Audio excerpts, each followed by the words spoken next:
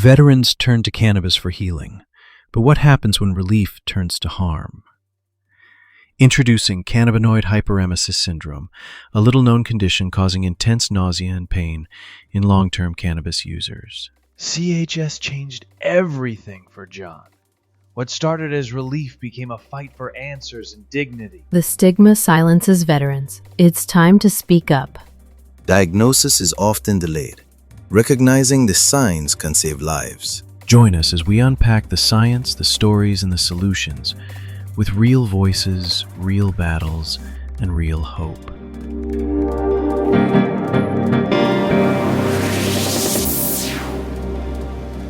Welcome to Club Orpheus, where we dive deep into topics that matter to our community.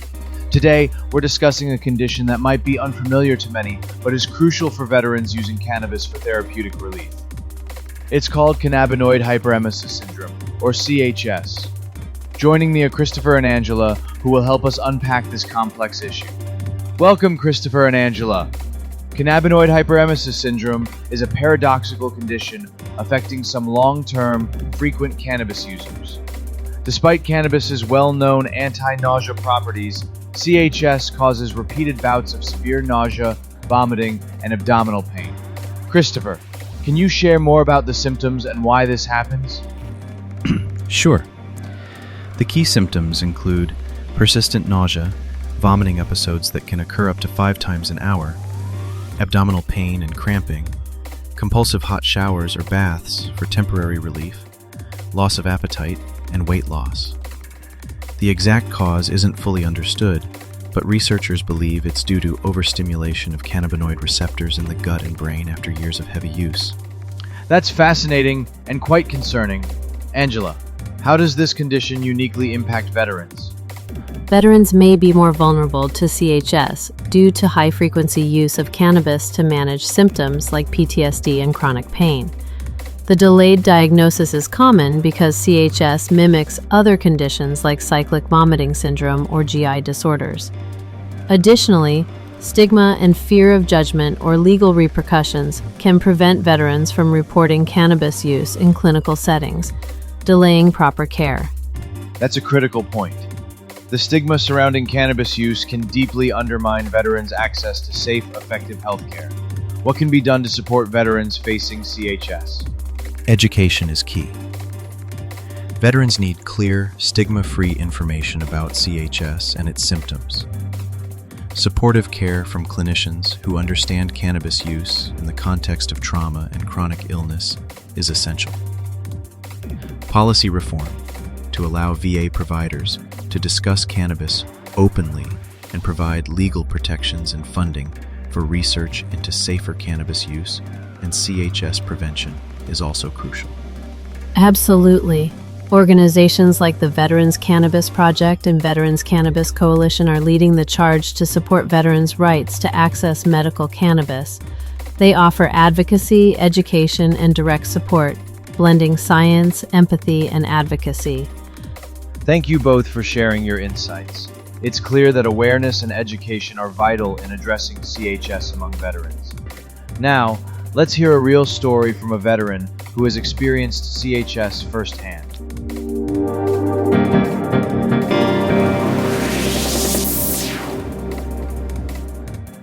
Today we have a special guest, John, a veteran, who has graciously agreed to share his experience with CHS. John, thank you for joining us. Can you tell us about your journey with CHS? Thank you, Dave. My journey with CHS started a few years after I began using cannabis to manage my PTSD and chronic pain. At first, cannabis was a lifesaver, helping me sleep and reducing my anxiety. But over time, I started experiencing severe nausea and vomiting episodes that I couldn't explain. I was misdiagnosed several times, and it wasn't until I learned about CHS that I realized what was happening. That sounds incredibly challenging. How did you manage these symptoms, and what steps did you take to find relief? It was tough. I found temporary relief with hot showers, but the symptoms kept coming back. Eventually, I had to stop using cannabis completely, which was a difficult decision. I saw support from organizations like the Veterans Cannabis Project, which provided me with information and resources to manage my condition. Thank you for sharing your story, John. It's important for veterans to hear real experiences like yours. What advice would you give to other veterans who might be experiencing similar symptoms? Don't be afraid to speak up and seek help. CHS is real and it's not a judgment on your use of cannabis. Educate yourself, find supportive healthcare providers, and connect with organizations that advocate for veterans' rights. You're not alone in this. Thank you, John, for your bravery and honesty. Your story will undoubtedly help many veterans understand and address CHS.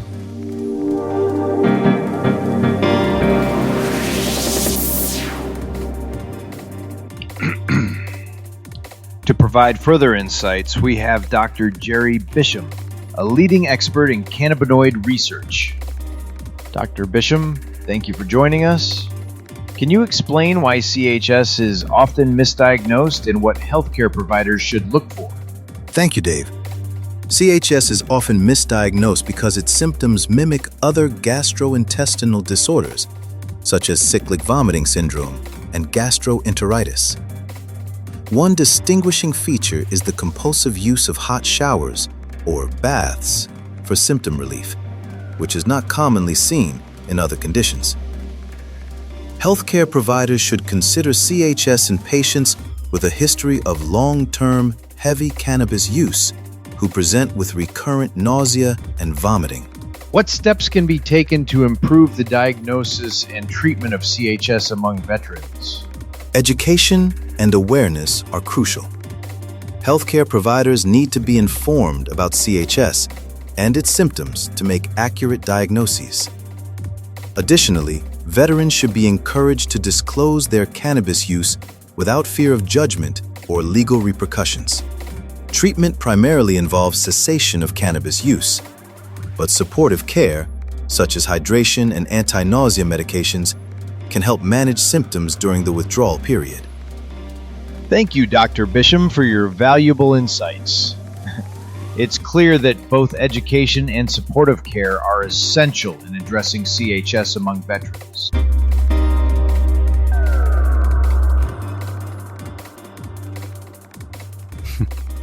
And that wraps up today's episode. We hope you found the discussion insightful and engaging. Absolutely, Christopher. Remember, you can find links to all the resources and advice we mentioned in the episode notes.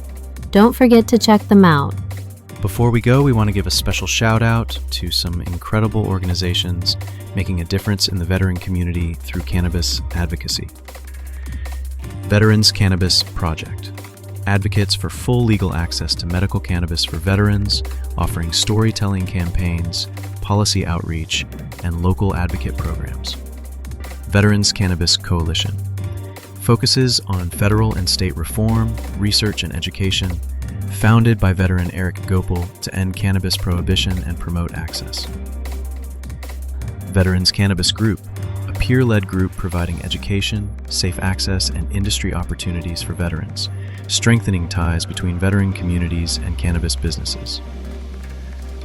Weed for Warriors Project, WFWP, a social justice lifestyle brand supporting holistic rehabilitation through cannabis education, community projects, and advocacy.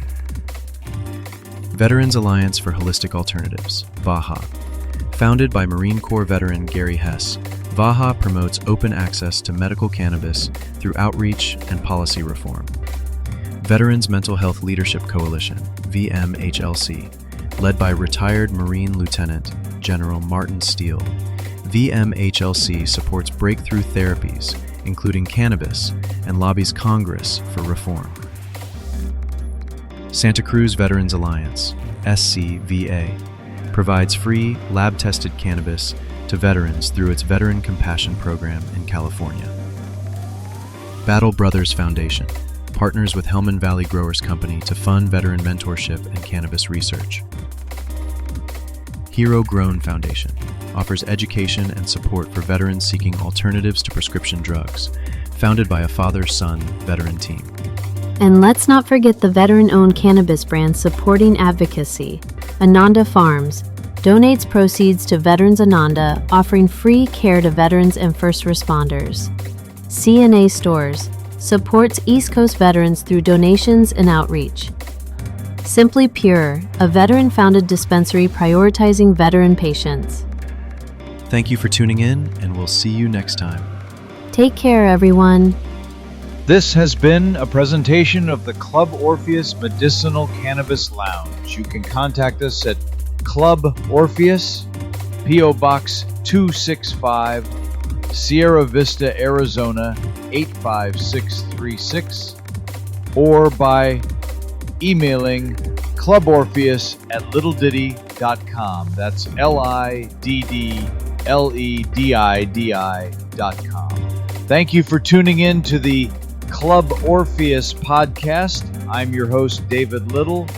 And until next time, take care and stay well.